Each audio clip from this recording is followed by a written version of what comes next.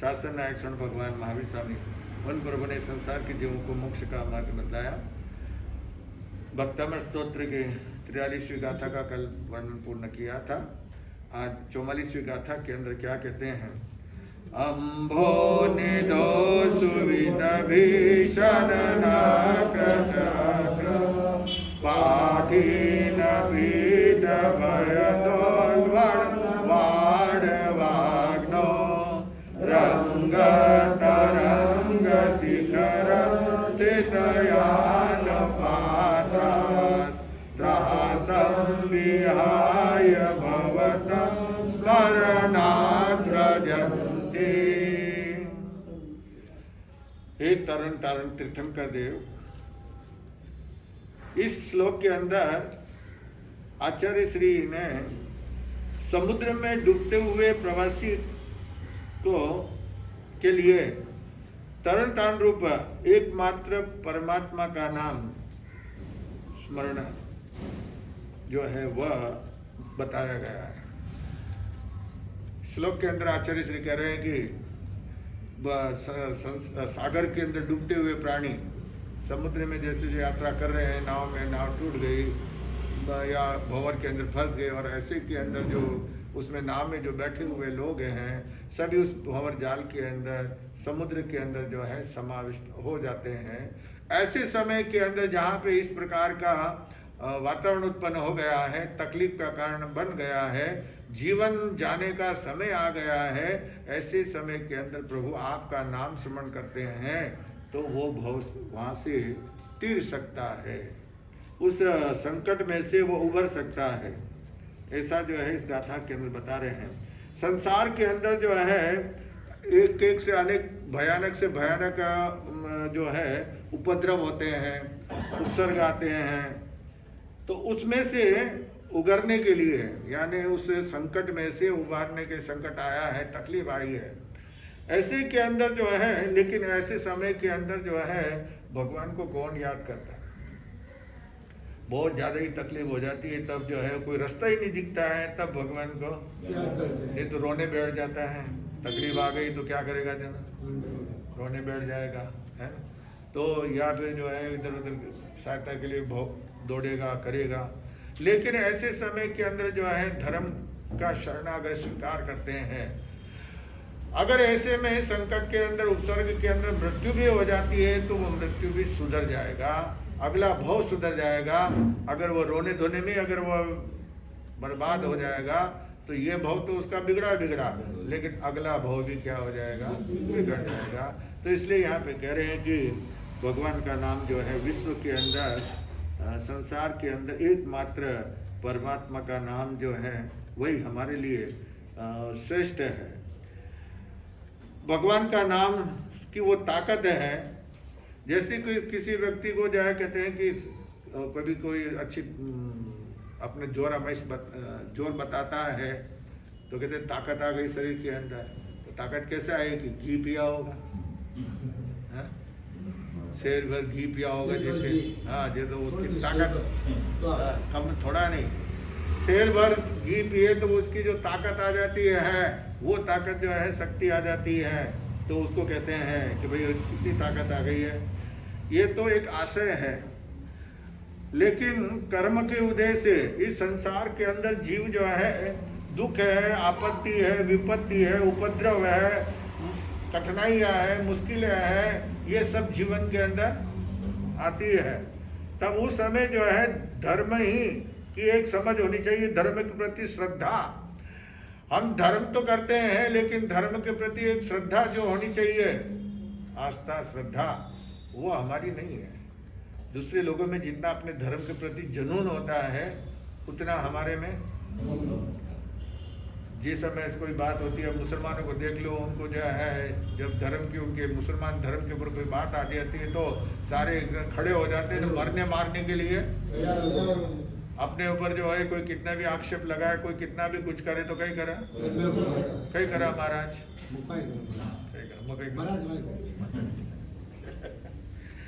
क्या कर सकते हैं? कुछ नहीं, बैठ जाओ अपने अंदर, है ना।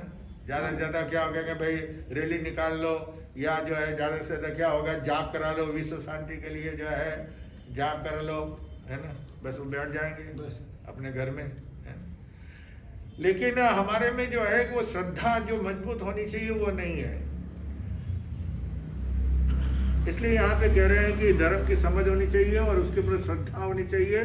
धर्म की साधना होती है तो कर्म के उदय में जो है संभाव, जिस समय, क्योंकि धर्म में अगर हमारी आत्मा होगी, धर्म से ओतप्रोत अगर हमारी आत्मा होगी, तो हम ऐसे समय के अंदर जब हमारे में तकलीफ आई है, कष्ट आया, दुख आया, उपसर्ग आया, तो उस समय संभाव रखें, संभाव दो। लेकिन हम एक पल के लिए भी जो है हम संभाव, जरा सा हमारे विरुद्ध कोई काम हो जाता है तो फट से हम क्या हो जाते हैं, उबल जाते हैं, है ना, जैसे हाँ उछल जाते हैं। जैसे दूध में उबाल आता है ना, है ना, चाय वगैरह उफनती है ना, उबाल आ जाता है ना, और इतना उबाल आता है कि वो बर्तन में से बाहर अग्नि स्नान करते हैं, क्या अग्नि स्नान करता है दूध, चाय वगैरह जो भी, जिसमें भी जो उबाल आने वाली चीजें हैं।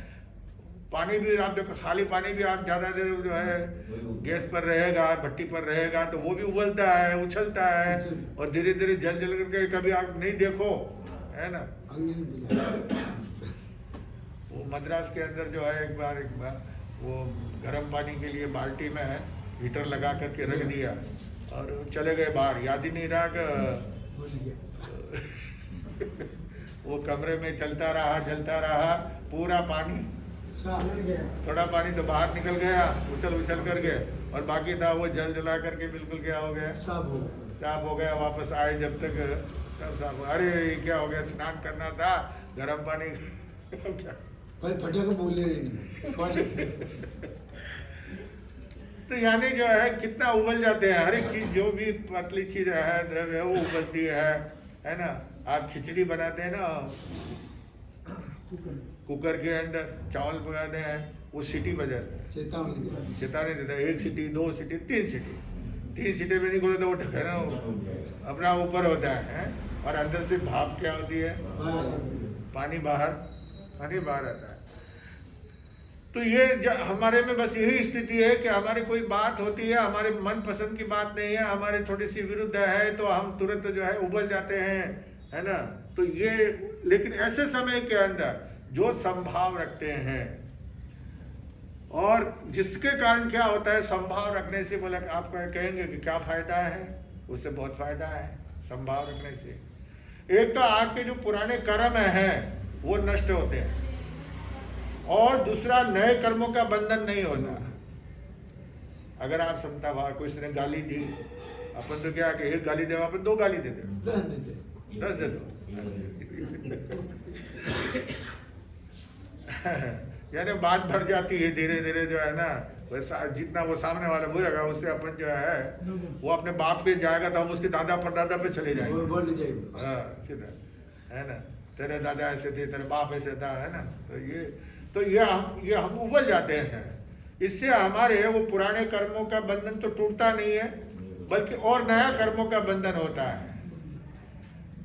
तो इसलिए यहाँ पे कह रहे हैं कि अगर संभाव में अगर आ जाते हैं तो नए कर्मों का बंधन नहीं होता है, और पुराने कर्म हमारे जो है वो नष्ट होते हैं। और जब पूर्वकृत कर्म का उदय होता है तो ऐसा हाय हाय होता है। कर्म उदय में जब आते हैं तभी सारी तकलीफें आती है, कष्ट आते हैं, दुख आते हैं, उपसर्ग आते हैं, ये सब हमारे पूर्व जन्म कर्म के उदय से होता है। तो इसलिए है प्रभु, ऐसे समय के अंदर परमात्मा का नाम स्मरण करना ही श्रेष्ठकर है, भगवान का नाम लेना ही हमारे लिए उपयुक्त है। इस प्रकार जो है परमात्मा के जप के अंदर तल्लीन बनने का, और मन में शुभ भाव, मन में जो है शुभ भाव रखना है जाप करते हुए, जिससे नए कर्मों का बंधन नहीं होगा और पुराने कर्म हमारे जो है नष्ट हो जाएंगे, जिससे हमारे ऊपर आने वाले दुख कष्ट वगैरह जो है वो हमको ज़्यादा महसूस नहीं होगा। महसूस यानी कर्म तो है, कर्म का उदय तो भोगना, क्योंकि आप चाहे हंसकर भोगो और चाहे रो करके भोगना तो पड़ेगा। कर्जा लिया है तो कर्जा भी पड़ेगा। न कर्मों के आगे कोई बेस चलती, कर्मों की रेखा टाले न टलती, ये हिसाब तो हंस के या रो के सबको चुकाना पड़ेगा, यह कर्मों का फल तो पाना पड़ेगा। चांदी लुटा ले चाहे सोना बहा ले, किस्मत का लिखा दुख तो उठाना पड़ेगा, यह कर्मों का फल तो पाना पड़ेगा, पाना पड़ेगा। कर्मों के आगे जो है ना, कर्मों की रेखा का किसी का जोर चलता नहीं है। आप चाहे कुछ भी कर लो, चाहे चांदी लुटा दो, चाहे सोना बहा दो, है ना, लेकिन जो है कर्मों का लिखा है वह तो भोगना ही पड़ेगा। क्योंकि जो हम कर्जा लिया है तो कर्जा चुकाना पड़ेगा। उसके लिए चाहे वो तीर्थंकर हो, तीर्थंकर भगवान को भी जो है अपने कर्मों का, ऋषभदेव भगवान ने पिछले जन्मों में कोई ज्यादा कोई कर्म नहीं बांधा था, लेकिन यहाँ पे इसी भव के अंदर 12 घड़ी जो है बेलों को जो है छिका बांध दिया, खाना पीना उनका रुक गया, जिसके कारण अंतराय बन गई। और वो अंतराय कर्मों के कारण एक एक घड़ी का एक एक महीना, तो 12 घड़ी का 12 महीना, है ना। भगवान को आहार पानी, उनकी तप साधना का 1 महीना, बाकी दिन जो है 10 दिन वो तो उनके था ही भगवान का, लेकिन ये 12 महीना और एक्स्ट्रा हो गया भगवान को, है ना, जिसके कारण आहार पानी नहीं मिला। तो आप सोचिए, जहाँ पे वो तीर्थंकर बनने वाली आत्मा, जहाँ पे वो आत्म सिद्धि को प्राप्त करने वाले, जहाँ पे केवल ज्ञान को प्राप्त करने वाली वो हो परमात्मा, उनको भी कर्मों ने नहीं छोड़ा। तो अपने उनको कर्म पे मामा लगे, बुरा सा लगे, कोई मामा नहीं, कोई बुआ नहीं। कर्मों का फल तो सबको क्या करना पड़ेगा, भुगतना ही होगा। तो इसलिए जहाँ पे जब हम ये कर्म यानी समता भाव आ जाएगा तो हमारे नए कर्मों का बंधन नहीं होगा, और पुराने कर्म हमारे क्या होंगे, हल्के हो जाएंगे, पुराने कर्म कटेंगे। ये संसार भी एक जैसे समुद्र के अंदर जो है डूबते हुए प्राणी को जो है, डूबते हुए व्यक्ति को भगवान का नाम ही जो है तारणहार है ना। तो इस जैसे वो समुद्र है, वैसे यहाँ पे आचार्य श्री कह रहे कि संसार भी एक समुद्र है, और चारों तरफ जो है, जैसे वो समुद्र में आप देखेंगे तो चारों तरफ पानी पानी, पानी में आप चले जाओ बीच में, है ना, नाव के अंदर, फिर देखो आप चारों तरफ आपको क्या नजर आएगा, दूर दूर तक जो है पानी नजर आएगा, जमीन आपको नजर नहीं आएगी। तो चारों तरफ जो है पानी उछाला मारता हुआ दिखाई देता है। तो उसी तरह से जो है ये संसार सागर के अंदर में भी ये 4 कसाय जो है, क्रोध, मान, माया और लोभ, ये पानी भरा हुआ है, चारों तरफ हमारी आत्मा को घेर लिया है। और मोह कर्म जो है सबसे बड़ा मोटा मगरमच्छ, मोह कर्म जो है मगरमच्छ की तरह है, कि मगरमच्छ जो है समुद्र में बहुत मगरमच्छ होते, घड़ियाल, है ना, वो आदमी की टांगड़ी को क्या कर लेते, पकड़ लेते। हाथी हो चाहे शेर हो, कोई भी हो, पानी के अंदर जो है अगर वो उसकी पकड़ में आ गया जबड़े में, तो फिर छूट नहीं सकता है। तो ऐसे ही जो है ये मोह कर्म जो है बड़ा ही मगरमच्छ की तरह है, जो कि मुंह फाड़ करके बैठा हुआ है। जब मुंह फाड़ करके कोई चाहे शेर भी हो, है ना, सामने आ जाए, चाहे मगरमच्छ हो, तो उस समय सामने देखते हैं तो कैसा लगता है, बड़ा डरावना, है ना। तो इसी तरह से ये मोह कर्म जो है हमारे लिए क्या है, भयंकर है। मोह कर्म मगरमच्छ की तरह है। और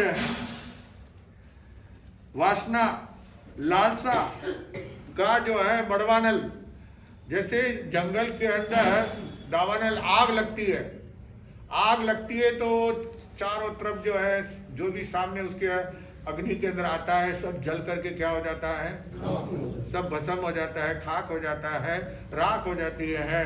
तो इसी तरह से जो है हमारे सामने भी ये वासना और लालसा का जो है आग है ना, इच्छाएं, वासना, विषय विषय वासना, काम भोग, ये जो है हमारे हृदय के अंदर क्या होता है, उछाले मारता है। समुद्र में पानी जैसे उछाला मारता है, ऐसे ही जो ये उछाले मारते हैं। और ये सब जो है दोनों नजर नहीं आते हैं, अग्नि की तरह जो है ये ऐसे जला करके क्या कर देते हैं, खाक कर देते हैं। उस आग में से तो फिर भी बच सकते हैं। कभी कभी अग्नि में, भाई अग्निकांड में से भी क्या हो गया, आदमी बच करके बाहर निकल सकता है ना, बचाव कर सकता है, कूद सकता है, उछल करके बाहर कूद जाता है। लेकिन इस मोह कर्म के जाल के अंदर जो है फंसे हुए, विषय वासना के जाल में, लालसा के जाल में फंसे हुए जो है, उनका निकलना बहुत क्या होता है, मुश्किल होता है। यहाँ पे इस भवसागर रूपी जो है, जिस तरह से समुद्र में नाव चलती है, उसी तरह से हमारे यहाँ पे ये नाव जो है संसार सागर से तिराने वाला धर्म की नौका है। भगवान का नाम है।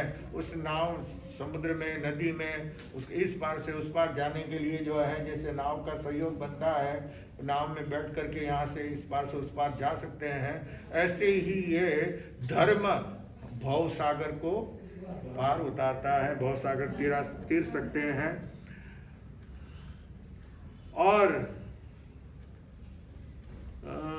कभी कभी जैसे नाव जो है, जहाज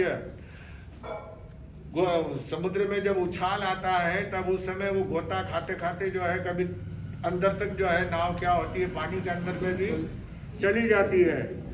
परंतु अगर उसका भाग्य होता है, पुण्य का उदय होता है, तो उसमें से वो भगवान का अगर भक्त होता है और भगवान का नाम स्मरण करता है, ऐसे समय के अंदर जो है भगवान का नाम उसके लिए तारणहार। जैसे डूबते हुए पथिक जो व्यक्ति अगर डूब रहा है समुद्र के अंदर, और उसको जो है लकड़ी का कोई पटिया मिल जाता है, लकड़ी का सहारा मिल जाता है, तो उससे वो क्या हो सकता है, उस लकड़ी को पकड़ करके, उस लकड़ी पर बैठ करके भी वो पार उतर सकता है ना। क्योंकि लकड़ी क्या होती है, डूबती नहीं है। क्यों नहीं डूबती, हल्की है। लेकिन आप जो देखेंगे जब उसको नाव बनाते हैं, है ना, नाव बनाते हैं तो उसके अंदर कितना वजन, बड़ा जहाज बनाया ऐसा, तो अब वो, लेकिन वो नाव लकड़ी होने की वजह से वह जो है तिरता है पानी के ऊपर, जबकि उसमें कितना वजन भरा हुआ है, कितनी मशीन वगैरह है, कितना उसमें सामान है, कितने यात्री है, हजारों यात्री एक एक जहाज के अंदर बैठते हैं, है ना। 7-7 9 मंजिल का, हाँ पूरा है, वो सब पूरी सुविधा उसके अंदर होती है। क्लब वगैरह होता है, स्विमिंग पूल होता है, खाने पीने का सब रसोड़ा चौका सामान सब कुछ होता है, नौकर चाकर होते हैं, साफ सफाई करने वाले होते हैं, सब होते हैं, इतना है ना। इतने वजन को जो है वो क्या कर रही है, लेकर के वो जहाज चल रहा होता है, क्योंकि वो लकड़ी का है।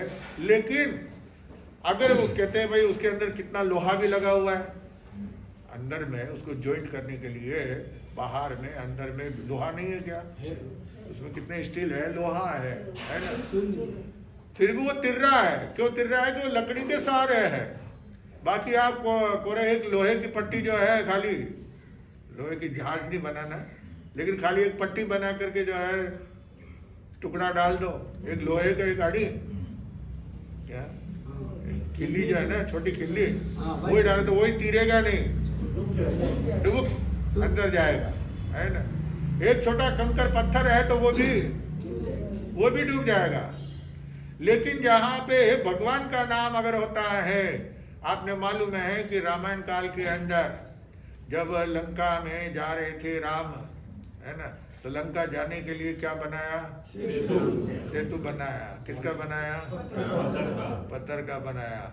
अभी जो है सेतु बनता है, ब्रिज बनते हैं, तो उसको पिल्लर वगैरह सब लगाना पड़ता है। तो उस समय कितने पिल्लर लगाए थे, कोई पिल्लर नहीं, कोई सीमेंट नहीं, कोई सीमेंट वगैरह भी नहीं, क्या सीमेंट वगैरह भी नहीं, और ये पत्थर थे, और उस पत्थर के ऊपर, जिस पत्थर के ऊपर राम का नाम लिखा हुआ था, वो पत्थर जो है तिर रहा था और वो पत्थर ज्वाइंट होता चला जा रहा था अपने आप ही। जैसे उसको पानी में छोड़ते थे पत्थर को, वो अपने आप वहां पे ज्वाइंट हो जाता था एक दूसरे पत्थर के, एक दूसरे के साथ में, बिना सीमेंट के। अभी कोई पत्थर ज्वाइंट होता है? नहीं होता। तो उनका नाम कहते हैं कि जिस समय रामचंद्र जी ने देखा कि हनुमान जो है क्या कर रहे थे, वहां पे बैठे हुए थे, वो पत्थर जो भी बंदर उनकी जाति सब जो है ना, बंदर की सेना थी पूरी, बांदर सेना है ना, तो वो जब वो सब पत्थर लेकर के आ रहे थे तो वहाँ सब लाइन लगे हुए थे और उसके ऊपर श्री राम श्री राम श्री राम लिख रहे थे हनुमान जी अपने हाथ से, और वो पत्थर फिर आगे सरक जा रहा था और वो ज्वाइंट हो रहा था। तो राम ने देखा कि मेरे नाम से पत्थर क्या हो रहा है, गिर रहा है। तो ना राम ने पत्थर उठा करके जो है एक डाला कि मेरे नाम से पत्थर तिर रहा है ना, लेकिन वो नहीं तिरा। वो क्यों? पानी में चला गया। राम के नाम में था। राम भक्त जो था हनुमान, वो लिख रहा था। राम जो है वो स्वयं राम ने अपनी परीक्षा करने के लिए जो है कि इतने मेरे नाम से पत्थर तिर रहा है तो मैं अपने हाथ से भी एक पत्थर डाल दूं, है ना। तो रावण का भी नहीं तिरा। रावण को जब मालूम पड़ा लंका के अंदर के जो है राम के नाम से जो है सेतु बांध बन रहा है, वो पत्थर जो है डाले जा रहे हैं, सिर्फ राम का नाम लेकर के समुद्र में डाल रहे हैं, तो रावण ने विचार किया कि मैं भी परीक्षा कर लूं, मेरे नाम का भी तिर जाए पत्थर, हमारे इतिहास में तो नाम हो जाएगा, है ना। तो इसलिए रावण का नाम लिख करके वो पत्थर डाला गया, लेकिन वो डूब गया, वो तिरा नहीं। क्या हो गया? क्यों? बोले तो अब वो अभिमानी था और स्वयं को अपने आत्मा के ऊपर उसे विश्वास नहीं था, स्वयं के ऊपर श्रद्धा। हनुमान को राम के नाम में श्रद्धा थी, इसलिए उनका लिखा हुआ नाम का पत्थर जो है वो तिर रहा था। तो ऐसे राम, देखिए दूसरी बात, सेतु बांध बना करके जो है राम को क्या करना पड़ा, समुद्र पार करना पड़ा, लंका में जाना पड़ा, बिना उसके सेतु के नहीं जा सकते थे। लेकिन हनुमान को जो है सेतु बांध बनाने की आवश्यकता उनके लिए जरूरत नहीं थी। वो तो राम का नाम लेकर के एक छलांग लगाई और इस पार से उस पार पहुंच गए, है ना। तो ये क्या है? हरि से बड़ा हरि का नाम, हरि से बड़ा हरि का नाम, अंत में निकला यह परिणाम, हरि से बड़ा हरि का नाम। हरि भगवान से भी भगवान का नाम क्या होता है? राम भगवान थे, है ना, लेकिन राम का हाथों से डाला हुआ पत्थर जो है क्या होगा? तो इसलिए कहते हैं कि भगवान से भी भगवान का नाम क्या है?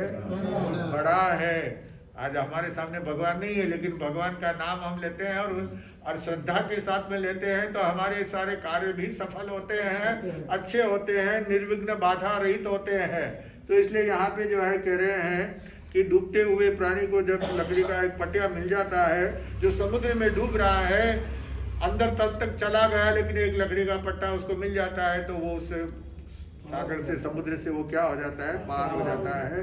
तो इसी तरह से जो डूबते हुए प्राणी को जो है भगवान परमात्मा का नाम स्मरण करते हुए उनमें लीन बन जाता है। भगवान का नाम लेते हुए जो है इतनी ध्यान उसमें निमग्न हो जाता है कि कौन आया कौन गया पता भी नहीं चलता है। तो बस यही सलामत, सही सलामत वो संसार सागर से जो है इस पार से उस पार पहुंच जाता है, भव सागर से पार हो जाता है। ऐसा जो है इस 45वीं गाथा के अंदर, इस 44वीं गाथा के अंदर जो है ये भवसागर तारक है। ये जो गाथा है इसका जाप करने वाले भवसागर से तीर सकते हैं, संसार समुद्र से तीर सकते हैं। आइए 45वीं गाथा के अंदर। उद्भूत भीषण जलोधर भार भुग्ना शोचम दशामुपगताच्युत जीवितासा तदपाद पंकज रजो प्रतदीच धीरा मध्या भवन्ति मकर गज तुल्य रूपा। हे भवरोग चिकित्सक प्रभु, चिकित्सक यानी कि डॉक्टर, वेदराज। हिंदी में चिकित्सक मतलब डॉक्टर है ना, इंग्लिश में डॉक्टर होता है, हिंदी में चिकित्सक। चिकित्सालय हॉस्पिटल को इंग्लिश में हॉस्पिटल बोलते हैं और हिंदी में चिकित्सालय दवाखाना उर्दू हो गया, उर्दू है ना। हाँ तो चिकित्सक यानी कि वैद्य, वेदराज हिंदी में, जो पहले जमाने देसी दवाई करने वाले है ना। चिकित्सक यानी डॉक्टर। तो जैसे जो है डॉक्टर होता है आपकी भयंकर से भयंकर बीमारी को भी जो है क्या करता है, वो रोग से जो पीड़ित होते हैं लोग, उनकी स्थिति को जान करके, उनकी बीमारी को जान करके, परीक्षा करके जो है वह उसका सही निदान करके। कभी कभी क्या होता है, बीमारी कुछ होती है और दवाई कुछ दे देते हैं। एक आदमी गया डॉक्टर के पास में, बोले मेरे आँख में तकलीफ हो रही है। वो डॉक्टर कम सुनता था, उसने कहा मुंह खोलो। अरे भाई मेरे आँख में डॉक्टर साहब में आए, चुप, डॉक्टर तू है कि मैं हूँ? क्या किया, बोले मुंह खोलो। चिमटा उठाया, दांत उखेड़ दिया। अरे बोले पागल ये क्या, अब वो रोता है ये क्या कर दिया। ऐसे व्यक्ति को जो है फिर वो कोई आता है ग्राहक उसके पास में है ना। तो ये डॉक्टर जो होता है तो निदान बराबर करना पड़ता है। बीमारी जो बीमारी है उस बीमारी का सही इलाज अगर करते हैं तो बीमारी क्या हो जाती है, दूर हो जाती है। सही इलाज तो होता नहीं है और वह जो दवाई वगैरह वो देता है उल्टी, जिससे और नई बीमारी पैदा हो जाती है। बोले साहब पहले कुछ बीमारी नहीं थी, पहले खाली शुगर शुरू हुआ, फिर गए तो साहब तुम्हारे ब्लड प्रेशर है, तुम्हारे किडनी में खराबी है, तुम्हारा हार्ट जो है वीक है,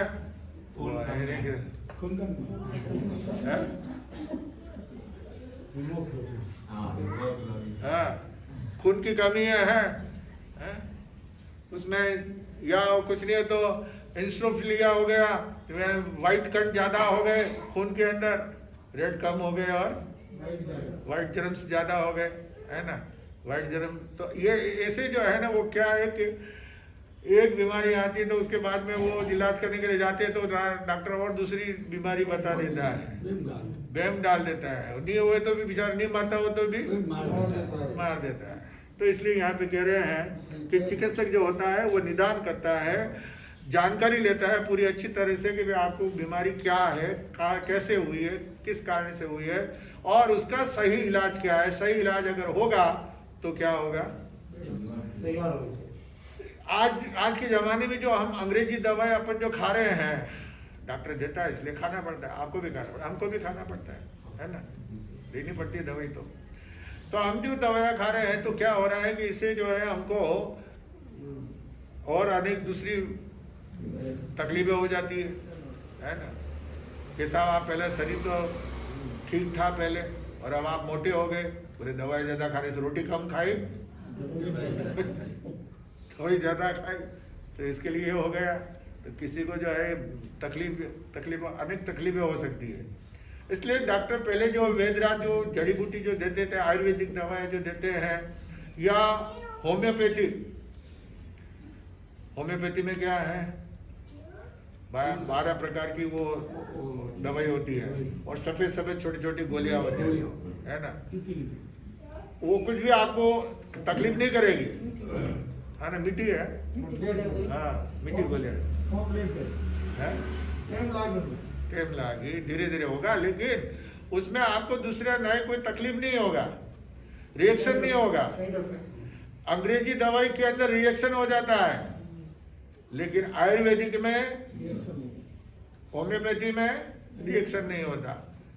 तो जिस तरह से वहाँ पे वो 12 प्रकार की बायोकेमिकल बोलते हैं उसको, होम्योपैथी के अंदर 12 प्रकार की दवाओं को मिला करके जो है एक दूसरे को मिला करके वो देते हैं। ऐसे ही हमारे यहाँ पे जिन शासन के अंदर जो है 12 प्रकार की तपस्या है, क्या, हाँ, 6 भाई और 6 अभ्यंतर, ये 12 प्रकार की तपस्या अगर करते हैं तो हमको फिर किसी दवाई की भी लेने की आवश्यकता नहीं पड़ेगी। तो मैं कह रहा हूँ कि वेदराज जो चिकित्सक होता है वह बीमारी का निदान करता है कि आपके शरीर में कौन सा रोग है, कौन सी बीमारी है और आपको कौन सी दवाई देना है। सही उपयुक्त दवाई देंगे तो उसे जो है ठीक हो जाएगा, उल्टी पुल्टी दे दी तो और तकलीफ का कारण बन सकता है। इसलिए यहाँ पे कह रहे हैं कि हे प्रभु, आप जो है आरोग्य बोई लाभ, पद की प्राप्ति हुई है आपको। भगवान को जो है किसमें आता है ये शब्द आरोग्य बोई लाभ, हाँ, लोगस के अंदर जो है आरोग्य बोई लाभम आता है। और व्यक्ति को हमेशा सुबह जब आदमी की नींद खुलती है तो नींद खुलने के बाद में आप क्या करते हैं, और सबने गिने, सबने गिनते, तब तो जो है ज्यादा करके उठते कि मोबाइल देखेंगे।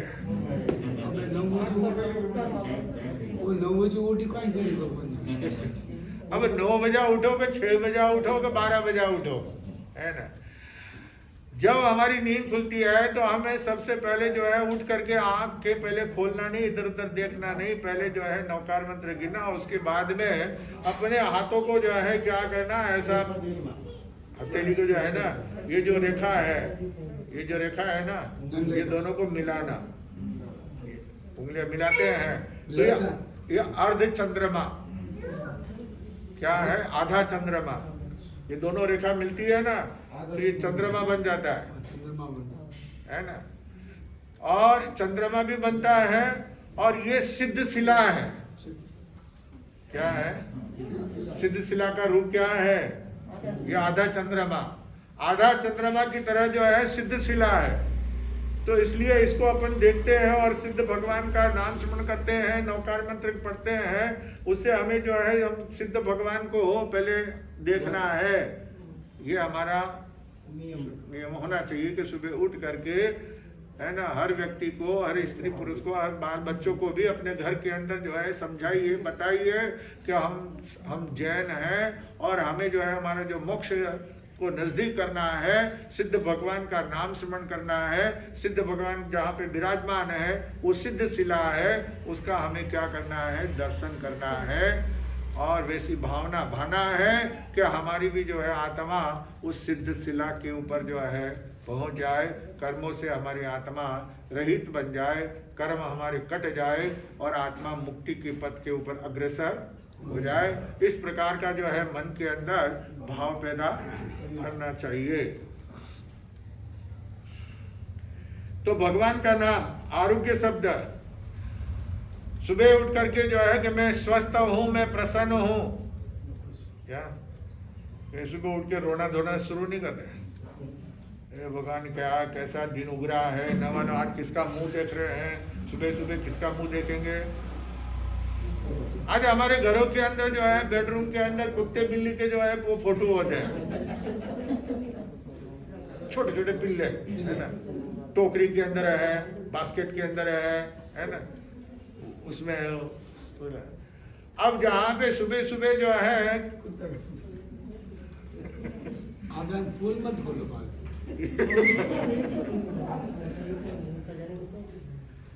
अच्छा मुंह देखना चाहिए, बच्चे का मुंह देखो, बालिका का मुंह देखो, सुहागिन स्त्री का मुंह देखो, अपने माता पिता का मुंह देखो, अपने गुरुजन का मुंह देखो, भगवान की प्रतिमा अगर है, भगवान का फोटो अगर है तो उसको देखो। लेकिन जो है ना कुत्ता बिल्ली का मुंह, गधा का मुंह, कई को ये होता है कि उसका मुंह देखने का हमको फायदा होता है। मैंने एक बार कहा भी था, नांदेड़ के अंदर जो है चांदा भाई थे, वो जो है सुबह उठ करके गली में आंख नहीं खोले, पहला बाहर निकले, घर के बाहर निकलना, गली में जो है वो गधा जहाँ पे बंधा हुआ है ना, वहाँ गधे का मुंह देखते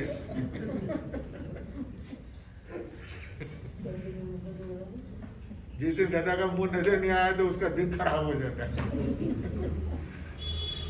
तो एक ठीक ये होता है, लेकिन अपने को जो है अच्छे का वो भी सुकून देता है। अपने उसको गधा मान लिया क्योंकि थोड़ी उसमें ना समझी के कारण सुगंध बढ़िया रहे, सुगंध तो बढ़िया रहता ही है उसका। साधु संत भी जब गांव में प्रवेश करते हैं ना, अगर गधा सामने मिल जाता है तो उसको इस हाथ में लेना है, उल्टे हाथ में भी नहीं। अगर वो उल्टे हाथ में होते तो साधु घूम करके उसके पीछे जाएंगे। हाँ, वो शगुन अच्छा होता है उसका, लेकिन बेचारे क्या है कि उसमें थोड़ी बुद्धि की कमी है। कमी के कारण जो है वो उसको सब लोग जो है गाली देते हैं। मनुष्य को ही जो है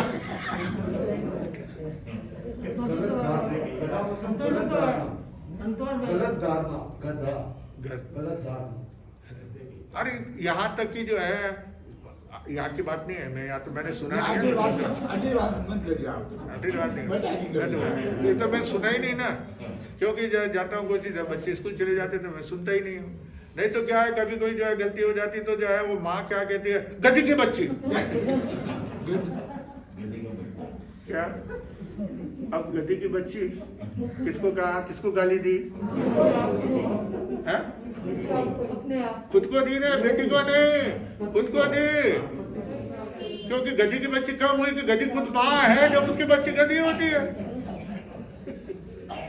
तो बेचारा जो है ना, गधे के अंदर थोड़ी सी बुद्धि की कमी है, जिसके कारण, बाकी वो है बहुत सीधा सरल है ना। कितना वजन लादते हैं उसके ऊपर तो भी बेचारा उफ नहीं करता।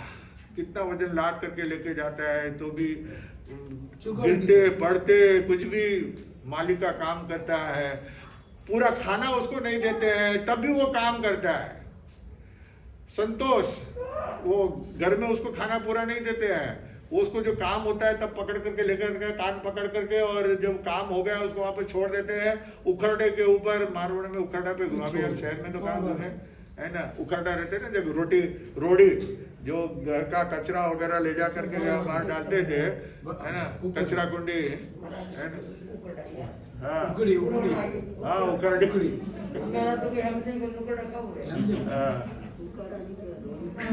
अब सुरेश की माँ तो हम जाएगा।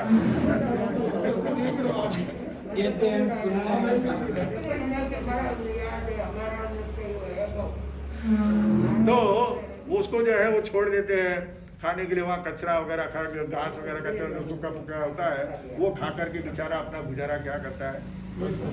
तो इसलिए उसको कहते हैं कि गधी का गाली और कोई नहीं मिला। ये 2-3 जानवर है, रंगा शियार का नाम गाली देते हैं, या जो है कुत्ता है ना, उल्लू है ना, ये ऐसी गाली, और गधा है ना, ये ऐसी है गालियां देते हैं पशु पक्षी के नाम से। तो यहाँ पे कह रहे हैं आचार्य श्री कि आप प्रभु आरोग्य बोई लाभम, आपका नाम क्या है, आरोग्य प्रदान करने वाला। चंदेशु निमलरा आयचेशु अयं पयासेरा सागरवर गंभीरा सिद्धा सिद्धि। सुबह ये और पूरा लोगस भी गिरे तो बहुत अच्छा है, नहीं तो कम से कम इतना ही, चंदेशु निमलरा आयचेशु अयं पयासेरा सागरवर गंभीरा सिद्धा सिद्धि। इतना ही जो है बोलना चाहिए, कम से कम 3 बार, या फिर ज़्यादा पड़े तो बहुत अच्छा है 21 बार 27 बार, है ना। तो ये हमारे लिए जो है क्या होता है, शुभकारी होता है, मंगलकारी होता है। द्रव्य और भाव से जो है आप पूर्ण स्वस्थ हो, निरोगी हो।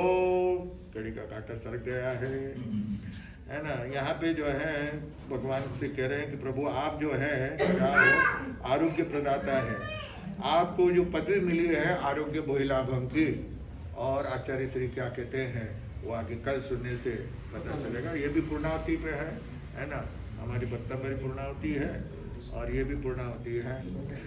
चरित्र में बताया था रतन कुमार ने दीक्षा ली है और पिता ने भी दीक्षा ली थी, परिवार वालों ने भी दीक्षा ली है, और उन्होंने जो है अपने त्याग तपस्या साधना करते हुए अपने कर्म उन्होंने काटने शुरू कर दिए थे, और यहाँ से वो आयुष्य पूर्ण करके जो है कहाँ गए थे, देवलोक में, 7वें देवलोक के अंदर जो है आयुष्य पूर्ण करके गए थे। और उसके बाद वहाँ से जो है वो महाविद्य क्षेत्र के अंदर जन्म लेंगे, और वहाँ से जो है वो सिद्ध बुद्ध निरंतर निराकार बनेंगे, ज्योति में ज्योति समा जाएंगे। अब ये कथानक तो पूरा हो गया, ये कहानी तो मैं कल ही पूरी कर दी है, लेकिन अब उसको कब बनाया, कैसे बनाया, किसने बनाया, वो बताता हूँ।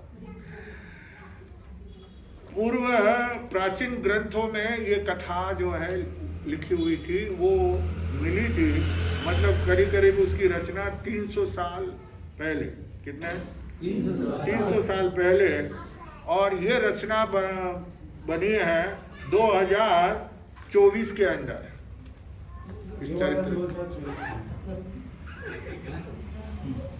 अब ये इसी सन का 2024 तो मैं सुना रहा हूँ आपको, है ना, ये नहीं रचना आज इस साल में नहीं बनी है, विक्रम संवत बोल रहा हूँ मैं, जो अभी 2081 है ना, विक्रम संवत। तो अब वो कितने साल हो गए उसको बने को, ये 2024 में रचना बनी थी, 57 साल चल रहा है ना, दीक्षा के बाद में बनी है।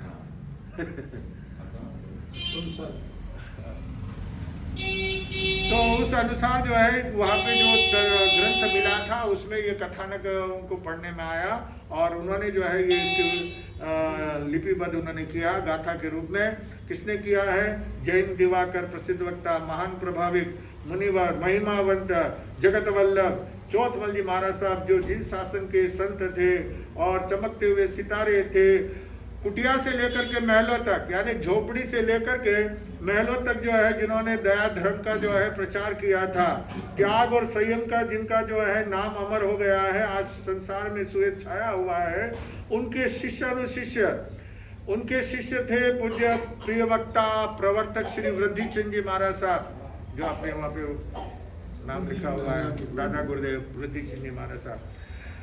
उन्होंने बहुत उपकार किया, महास्थिवर पद से जो है वो स्थापित थे, और चारों तीर्थ में सिरताज थे, ज्योतिर्विद। अब यहाँ पे जो है गुरुदेव का नाम लेकर के, दादा गुरुदेव का और गुरु का नाम वो लेकर के बाद में जो है ज्योतिर्विद, ज्योतिषाचार्य, आगम के ज्ञाता कस्तूरचंद जी महाराज, उनके जो है 74 वर्ष की संयम, 63 साल का संयम, 74 वर्ष की आयुष्य और 63 साल का जो है उनका संयम था, उनकी अनुमति से, क्योंकि ये रचनाकार जो है पूज्य उपाध्याय श्री वरिष्ठ उपाध्याय श्री मूलचंद जी महाराज साहब, जो अभी उनका तो स्वर्गवास हो चुका है, तो उन्होंने ये रचना की है। तो वो जो है ज़्यादा करके आखिरी समय के अंदर, जब तक कस्तूरचंद जी महाराज साहब थे, तो ज़्यादा करके कस्तूरचंद जी महाराज की सेवा में वो रतलाम में रहते थे।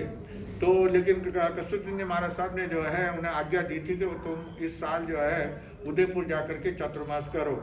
तो उदयपुर के अंदर उन्होंने सेके काल आए थे, चातुर्मास तो पूरा हो गया था, सेके काल के अंदर 2024 के अंदर महावधि त्रयोदशी के दिन, शनिवार के दिन जो है मूलचंद जी महाराज साहब ने जो है महावीर भवन के अंदर ये रचना बना करके तैयार करके जो है गुरुदेव ने मूलचंद जी महाराज साहब ने सुनाया था, जिससे जो है मंगलाचार होता है या फिर, क्योंकि पुण्यशाली आत्माओं का नाम लेने से भी, पुण्यशाली आत्माओं का नाम लेने से, पुण्यशाली के गुणगान करने से हमारे कर्मों की क्या होती है, निर्जरा होती है, और हमारे लिए मंगलाचार होता है, आनंद मंगल होता है, सुख संपत्ति की प्राप्ति होती है, महापुरुषों का, महान पुण्यशाली आत्माओं का नाम स्मरण से।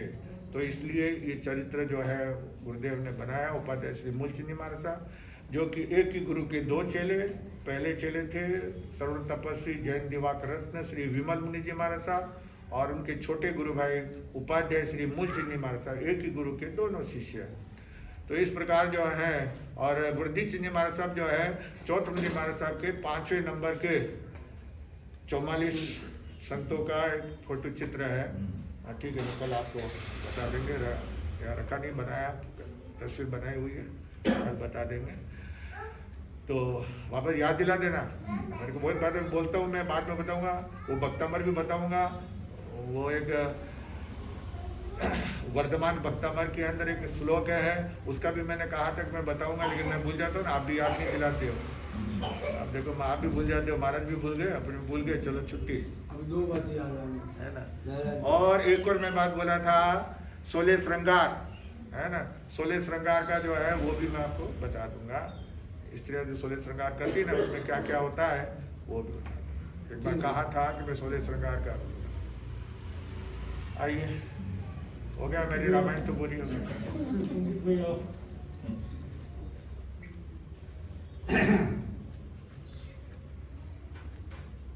अर्थ विराजित परम पूज्य गुरुदेव वीरेंद्र मुनि जी महाराज साहब के पावन श्रेष्ठ चरणों में कोटि कोटि वंदन। जैसे कि आप सभी को ज्ञात है कि 15 तारीख को गुरुदेव का विदाई समारोह अपने संघ के तत्वदान में होने जा रहा है, और उसी दिन जिन महानुभावों ने चातुर्मास में सहयोग राशि प्रदान की, चाहे वो मुख्य लाभार्थी हो, आधार स्तंभ हो, स्वर्ण स्तंभ, रजत स्तंभ या फिर सहयोगी स्तंभ, इन सभी महानुभावों का श्री संघ की ओर से बहुमान किया जाएगा। सभी महानुभावों से निवेदन कि आप ठीक समय पर पधारे एवं संघ का बहुमान अवश्य स्वीकार करें।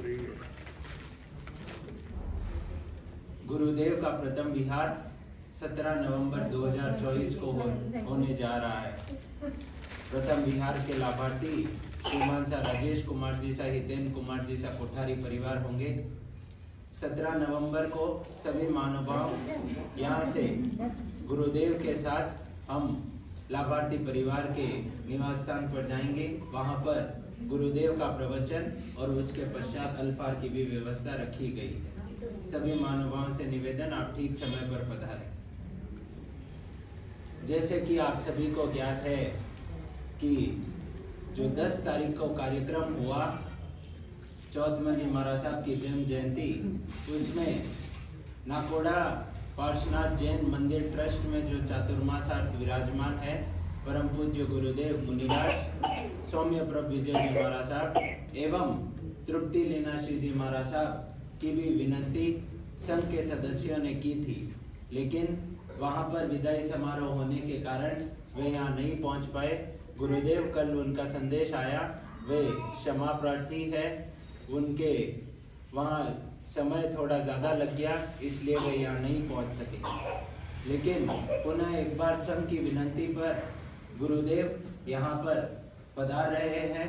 19 तारीख को 17 नवंबर को गुरुदेव का प्रथम विहार होगा, उसके पश्चात गुरुदेव पुनः एक बार यहाँ पधारेंगे और 19 तारीख को नाकोड़ा पार्श्वनाथ जैन मंदिर ट्रस्ट में विराजमान परम पूज्य गुरु मुनिराज श्री सौम्य प्रभ विजय जी महाराज साहब यहाँ पधारेंगे और वीरेंद्र मुनि जी महाराज साहब के साथ संयुक्त प्रवचन इसी जैन भवन के प्रांगण में होगा। सभी महानुभावों से निवेदन कि आप ठीक समय पर पधारे। प्रवचन का समय वही 9 बजे से रहेगा। संयुक्त प्रवचन मंदिर से महाराज साहब जो मंदिर में इस बार विराजमान है वे भी महाराज साहब यहाँ पधारेंगे और वीरेंद्र मुनि जी महाराज साहब भी यहाँ रहेंगे। इन दोनों गुरुदेव का संयुक्त प्रवचन 19 नवंबर 2024 को रहेगा। गुरुदेव के चातुर्मास परिवर्तन के पश्चात कोई भी संघ का सदस्य हो या अन्य श्रावक श्राविकाएं गुरुदेव के पगली अपने घर पर करवाना चाहते हैं तो वे अपना नाम मंत्री राकेश जी दलाल के पास आज प्रवचन के पश्चात लिखा देवे। समय और तारीख आपको बाद में सूचित कर दी जाएगी। गुरुदेव के प्रथम विहार के पश्चात अगर कोई पुण्यशाली आत्मा गुरुदेव के पगली अपने निवास स्थान पर करवाना चाहते हैं तो वे अवश्य लाभ ले सकते हैं। अपना नाम समय रखे मंत्री राकेश जी दलाल के पास अवश्य लिखें। गुरु आज्ञा विरुद्ध प्रभु आज्ञा विरुद्ध कुछ कहो तो इच्छा